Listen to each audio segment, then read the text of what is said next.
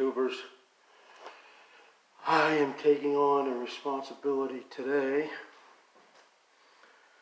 to rebuild, well actually clean out my my Ryobi sander. It keeps on quitting inadvertently and I gotta bang it to get it started.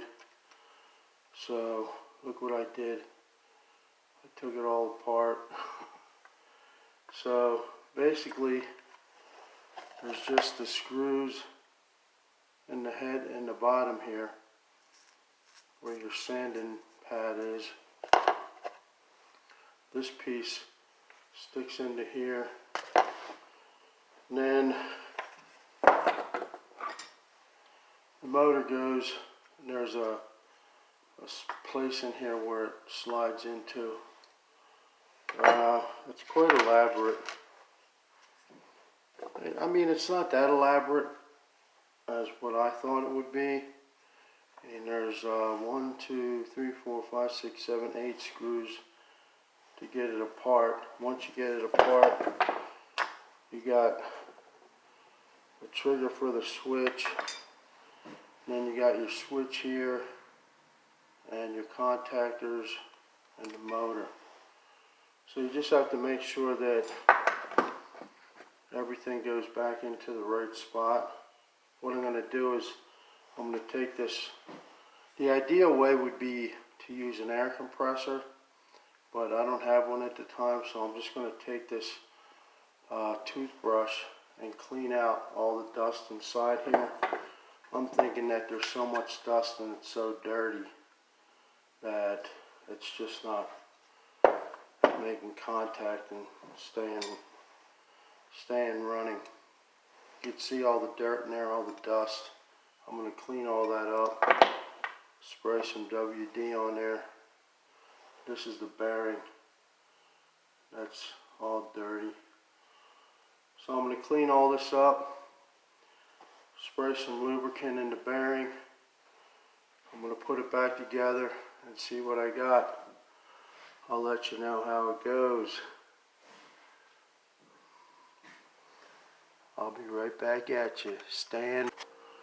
Okay, back at you. Still got the thing all apart. What I wanted to show you was I tested the motor. I hooked up. Now you got to be careful. I mean, this is 12 volt. It could give you or 6 volt. You could still get a shock. Or 12 volt. I'm sorry. But I hooked it up anyway. Whatever it is. And I tested the motor to make sure it works. Okay, so the motor's working fine. So basically it was just whoopsie. So as you can see, just be careful. I mean, I do it on the table. I picked it up for you. That's why it was grinding. But if you do it down on the table, just sit the motor like this, you can easily test it. So now I know that this motor is good and it's working, and it works every time I hit the switch. So it was definitely dirt that was getting inside of here and preventing it from running and continuing to run. I'll be back. And I'm back.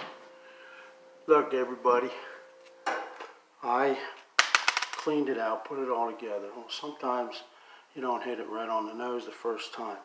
So what's happening is this trigger here is supposed to turn the switch off and on, because these have a spot inside here, and this is a slide trigger. So what I'm doing is I'm going to put a spring on the back of it so it will have some force behind it, because I guess this piece is worn out, the trigger piece. So I screwed a spring to it. I'm going to secure the spring inside there with it, and I'm going to see if that's enough force for that to trip the switch inside of the unit. Okay, this thing slides back and forth on this switch, and it didn't have enough force to flick the switch. So I'm going to try this and see what happens, and I'll be back. Alright, I'm back. Welcome back. I just figured it out. So this thing was inadvertently running. I would have to bang on it and everything else. You shouldn't have to bang on your tools to make them work. So I took it apart to review and clean the whole thing. Brush it out with a toothbrush. If you have a compressor, you can shoot it with air. Just make sure you have no free parts that are going to shoot off, because I imagine getting parts for this thing are basically impossible. So I've had this thing about a year.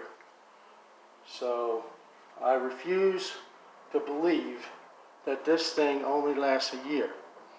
It's all plastic, so plastic wears out faster than metal. So I always try to take them apart and figure out what's wrong before I buy a new one. Now, I do this for two reasons. To save money, but also to save the environment. When I was growing up, we didn't go buy a new alternator when our alternator went bad.